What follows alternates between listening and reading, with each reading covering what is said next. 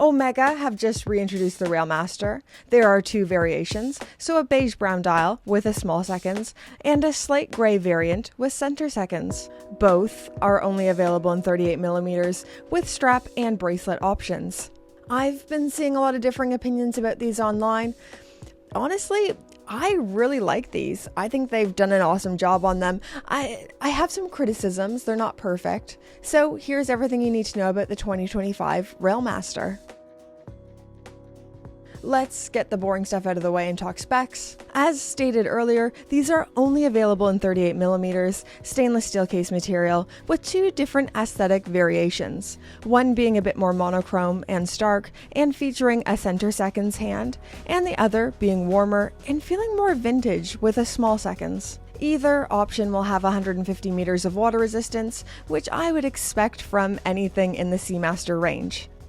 Something to note is that these have different movements, with the center seconds variation housing the coaxial OMEGA 8806 self-winding movement, and the small seconds variation with the caliber 8804.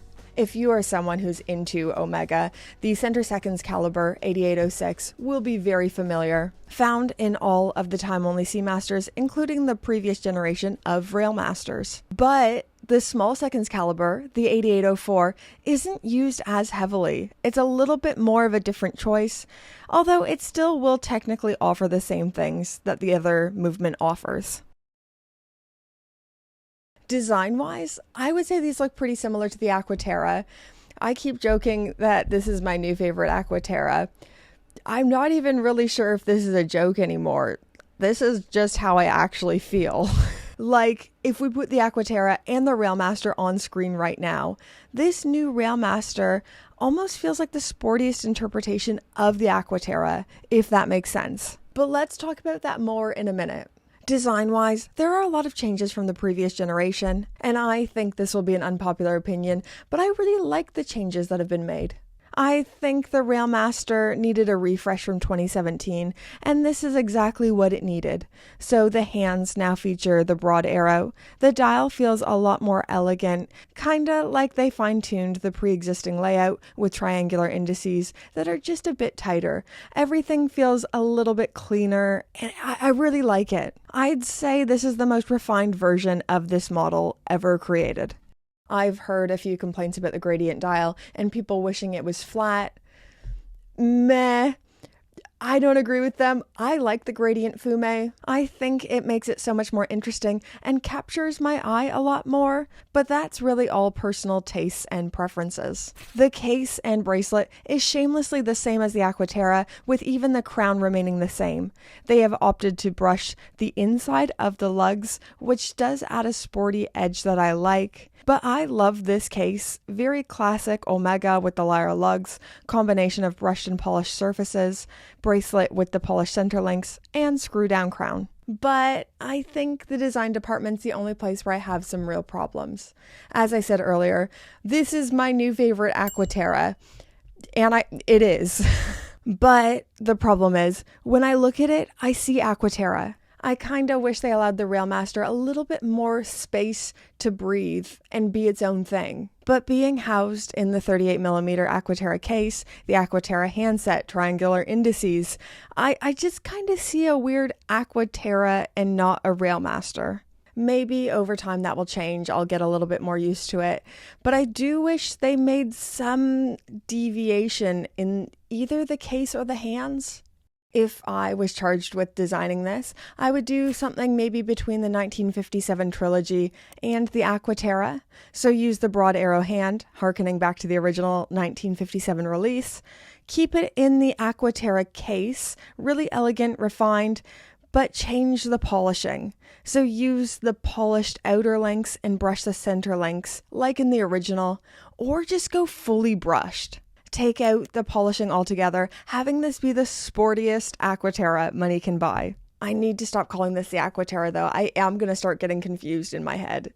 Another thing I've been hearing a lot of commenting on is the size, only being available in 38mm. If I was to make a prediction, I would say they're using the 38mm almost as a pilot, one of the most universally loved and sought after sizes, to see how well it does. And if this, does really well, sells really well, perhaps introducing more sizes.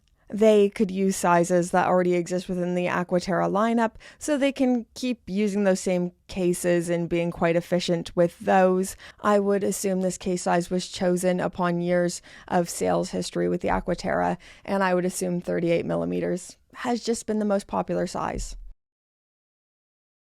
Okay, the price. One of the first things that came to mind for me when this was released was, how are they going to position this? The Railmaster was always an entry place into Omega, retailing for about $5,400 USD if memory serves. But now, if you put it in the Aqua Terra case, give it Aqua Terra hands and design, will it devalue the Aqua Terra if you price it more entry level? So, the 2025 Railmaster retails for £5,200 or $5,800 USD on bracelet for the center seconds variation, and £5,700 or $6,400 USD for the small seconds. So this is also the cheapest Aqua Terra money can buy as well, being £1,000 cheaper. Or you're paying a £1,000 premium for the date complication is another way to look at it. I feel like Omega and the Railmaster have had the craziest will they, won't they storyline. This watch continuously gets discontinued and reintroduced, and it's such a good watch. I just think Omega still hasn't found their way with it yet. Originally introduced in 1957 as part of the trilogy set, the Railmaster was ushered in alongside the Speedmaster and the Seamaster, all being watches for professionals. The Railmaster was specifically made for scientists and rail workers with a high level of anti-magnetic properties. It just never gained the same traction as the other 1957 releases, and it still feels like it hasn't found its way. I feel like it hasn't, at least. It's so close. And I would also say this 2025 version is the best one yet. This feels like the natural progression of the Railmaster to me. It's keeping a lot of the design identity, making it more elegant, and I really like that. As I said earlier, I kind of wish they kept a little bit more of that identity in there. I think they diluted it a bit too much, but otherwise, I think it's great. If you are interested in buying an Aqua Terra, I would definitely give this a try first. You could save yourself a little bit of money, and it's freaking cool. Right, I've talked long enough. I'd love to know your thoughts, opinions, everything in those comments down below. Subscribe to my channel if you haven't already. And now, Pope tier patrons, get their names on the screen. Okay, Pope tier patrons, your names are on the screen. You're perfect, you're lovely, you're fabulous. But I'm gonna hide this little thing here at the end because it's relevant, and it couldn't get a whole video, and it makes me sound a little bit grumpy, and I don't want casual viewers to know how grumpy I am. But you guys, you're the real ones. You already know I'm a bit grumpy. So the Railmaster, everyone has always loved the denim dial, and I've never liked it. I don't know why everyone has to pay lip service to this denim dial. I don't want denim on my dial. I want to wear my watch with denim. I don't want it to blend in to jeans. But I've always felt the same about linen dials as well. I never really liked those. I like rock dials. I like stone dials. I'm so sorry if you have a denim dial and you love it. I wouldn't take my opinion very seriously. I love the moon swatch, so... But Pope tier patrons, names on the screen, you're amazing, you're fabulous. And thank you so much for watching my video. Thank you for your viewership.